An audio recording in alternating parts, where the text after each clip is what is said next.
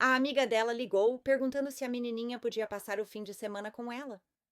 Ela concordou. No fim de semana de Halloween, ela sabia que sua filha de 15 meses iria se divertir distribuindo doces e vendo crianças fantasiadas. Mas esse fim de semana seria um que ela acabaria se arrependendo profundamente.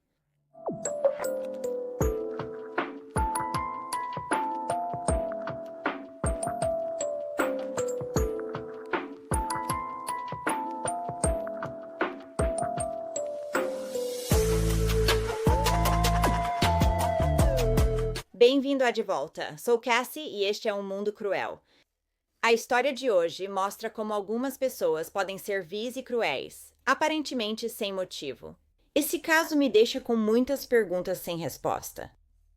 Me contem o que vocês acham no final. Essa é a história de Mika Carillo.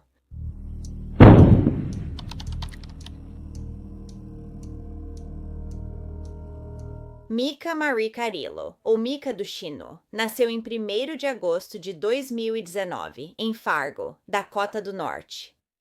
Os pais dela eram Manuel Carillo e Cheyenne do Chino. Mika era uma menina animada e carinhosa, sempre sorrindo. Ela deu seus primeiros passos por volta do seu primeiro aniversário e também era adorada por seus primos e irmã. Mika era um bebê muito boazinha, raramente chorava e adorava abraçar e beijar a família. Desde o nascimento, Mika ficou sob os cuidados da tia, Amanda Carrillo, por motivos desconhecidos. E apenas alguns meses depois que Mika nasceu, sua mãe biológica morreria de causas desconhecidas e seu pai seria preso por fugir em um veículo, posse de metanfetamina, direção imprudente e dirigir com a carteira suspensa. Como Amanda tinha a guarda de Mika há muito tempo, ela a via mais como filha do que sobrinha. Amanda também tinha filhos, todos adoravam Mika, sua prima ou irmã. No Halloween de 2020, Brandy Adelke, amiga de confiança da família, pediu para Amanda se Mika poderia dormir na casa dela no fim de semana. Brandy já tinha cuidado dos outros filhos de Amanda antes, sem nenhum problema. Então, quando ela pediu para Mika passar o fim de semana, Amanda pensou: por que não? Ela sabia que Mika se divertiria distribuindo doces e vendo as crianças fantasiadas pedindo doces. Então, no dia antes do Halloween, 30 de outubro, Amanda deixou Mika no apartamento de Brandy em Fargo, Dakota do Norte. Após o fim de semana, Amanda foi à casa de Brandy buscar Mika. Foi aí que Brandy contou para ela que Mika estava com febre porque alguém na casa tinha contraído Covid e que elas precisavam ficar de quarentena juntas por 2 semanas. Então, ela disse que precisaria ficar com Mika em sua casa por mais 2 semanas. Amanda, por algum motivo, concordou com isso. Se fosse meu filho, não me importo. Eles vão voltar comigo. Não vão ficar mais 2 semanas na casa de um amigo. De jeito nenhum. Mas isso sou só eu. Então, mais de 2 semanas depois, quando o período de quarentena já deveria ter acabado, no dia 20 de novembro, Brandy apareceu na casa da Amanda, mas ela não estava com a Mika.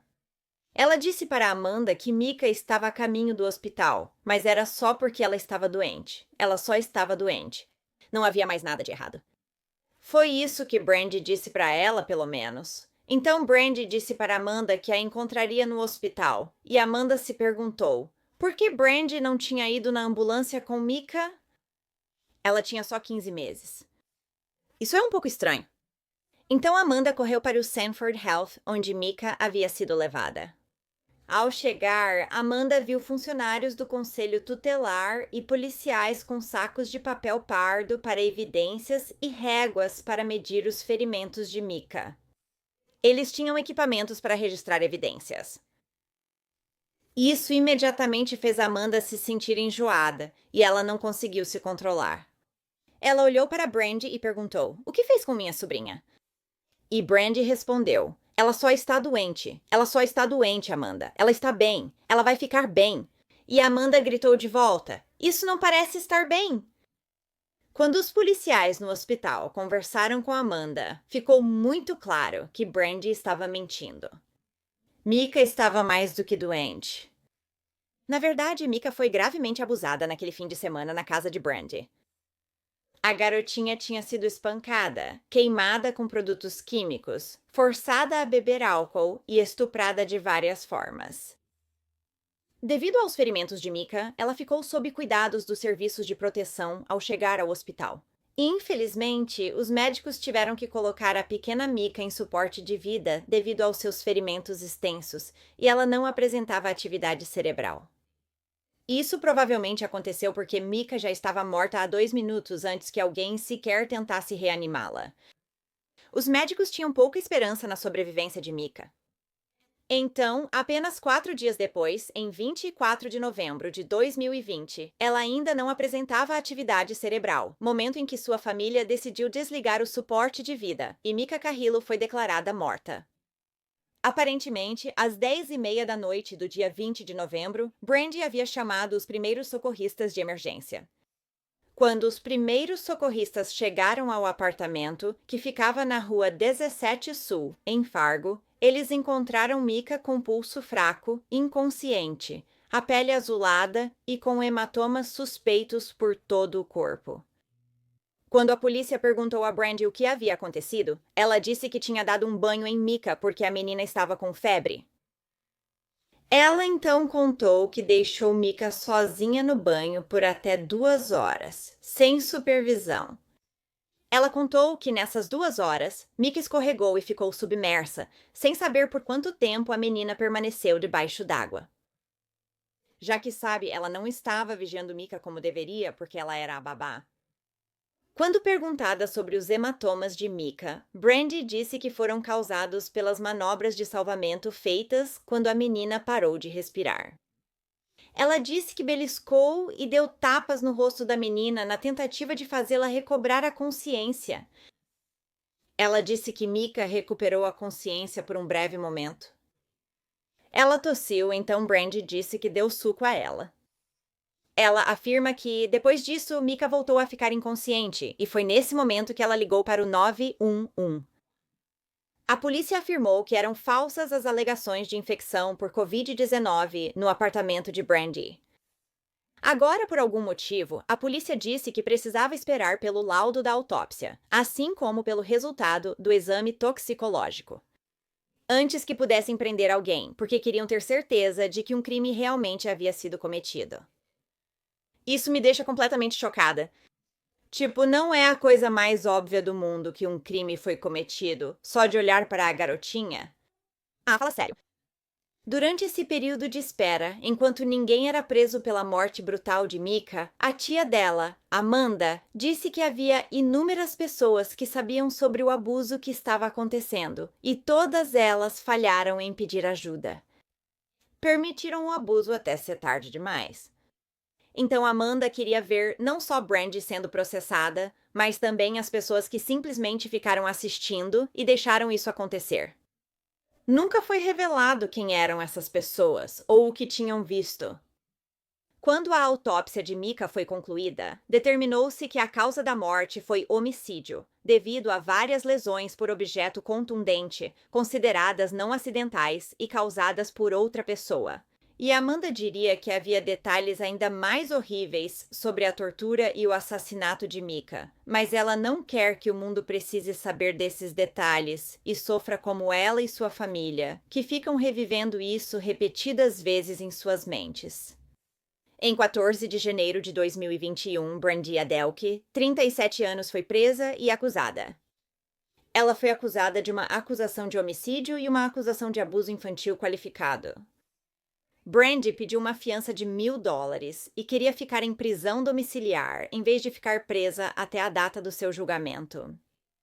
Ela disse que era porque tinha começado um novo emprego recentemente. Ok, e você acabou de matar uma criança, então seu novo emprego pode esperar. Dane-se!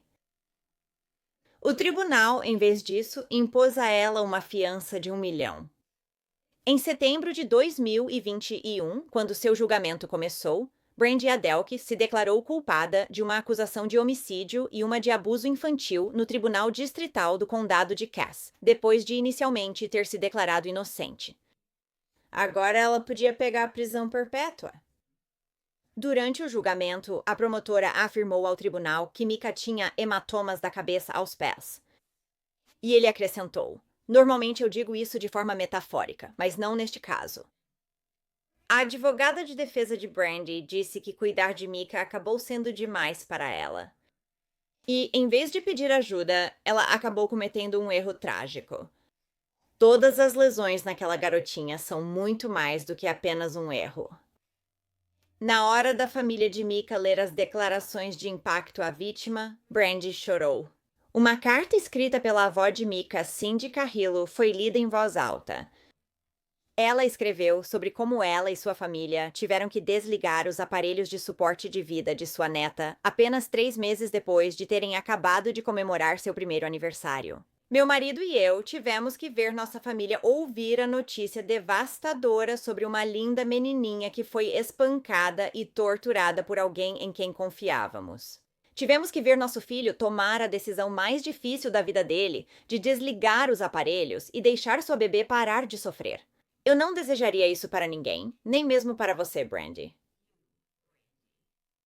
Ela também acrescentou que a polícia disse à família para não ler o laudo da autópsia de Mika, porque isso os mudaria para sempre.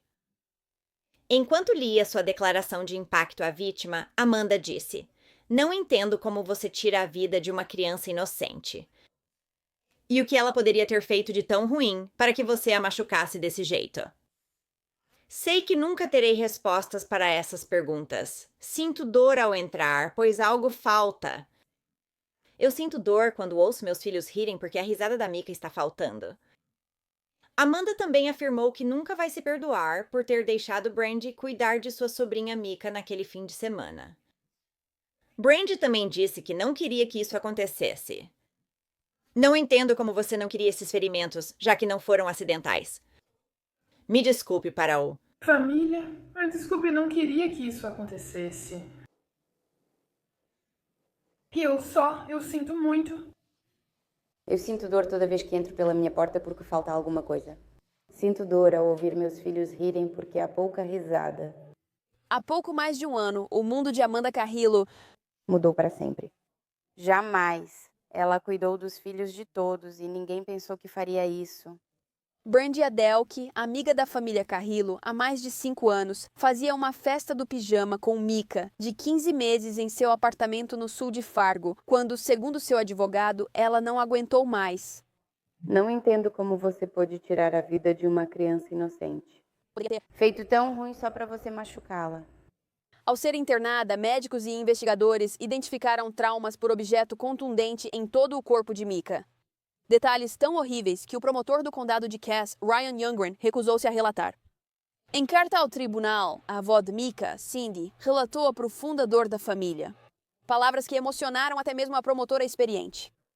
Octávia, irmã de 3 anos da Mika, pergunta se Mika vai acordar quando crescer. Como explicar isso para uma criança de 3 anos? Não desejaria isso nem para você, Brandy. A sentença de Adelke reflete o desejo do pai da Mika, que, segundo Carrillo, afirmou não querer que Adelke passasse a vida toda na prisão. Vou perdoá-la, mas nunca esquecerei o que fez. Ele disse: prisão perpétua não trará minha filha de volta. Carrillo afirma que sua família nunca mais será a mesma e, apesar de estar feliz que Adelke assumiu a responsabilidade, diz que a justiça nunca será completa sem Mika. Ela foi condenada por um juiz do Tribunal Distrital do Condado de Cass a 50 anos, com possibilidade de liberdade condicional após 30 anos. E eu só queria observar também que muitos veículos de notícias divulgaram que ela recebeu apenas 30 anos. Ela recebeu 50 anos e, após 30, como falei, pode tentar liberdade condicional. Uma missa fúnebre privada para Mika foi transmitida ao vivo em 6 de fevereiro de 2021.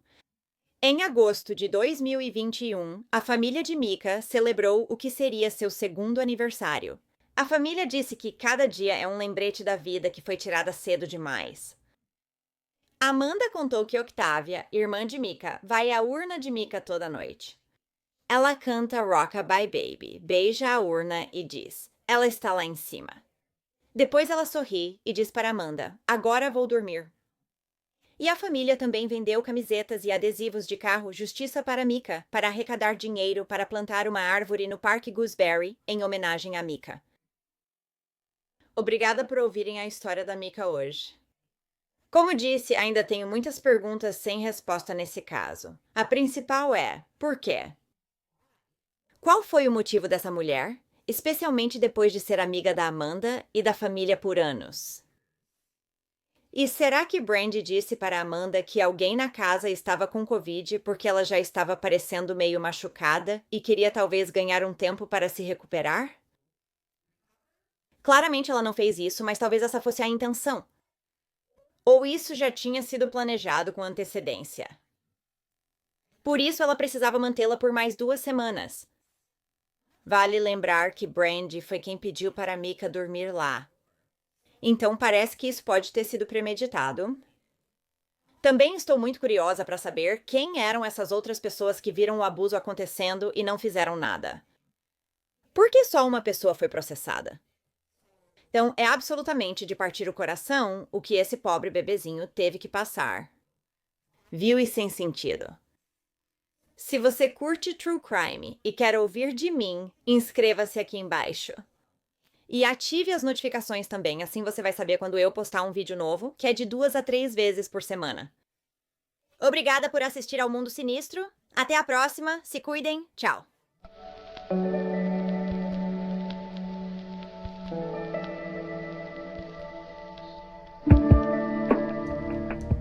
Obrigada por serem apoiadores do Mundo Sinistro. A Dina, Amy, Angela, Angie, Beatriz, Catarina, Daniele D, Daniele H, Drew, S. J. Frank, Hannah Rama, Cara, Mary, Mel, MJ Kelly, Neoma, Stephanie e Tammy. Vocês são demais! Agora tem mais de Mundo Sinistro no Patreon. Você terá acesso mensal a vídeos exclusivos e outros benefícios. Todo apoio ajuda a garantir que as vítimas não sejam esquecidas e a evidenciar as falhas da sociedade em cada caso. Confira em patreon.com/awectworld ou use o app do Patreon.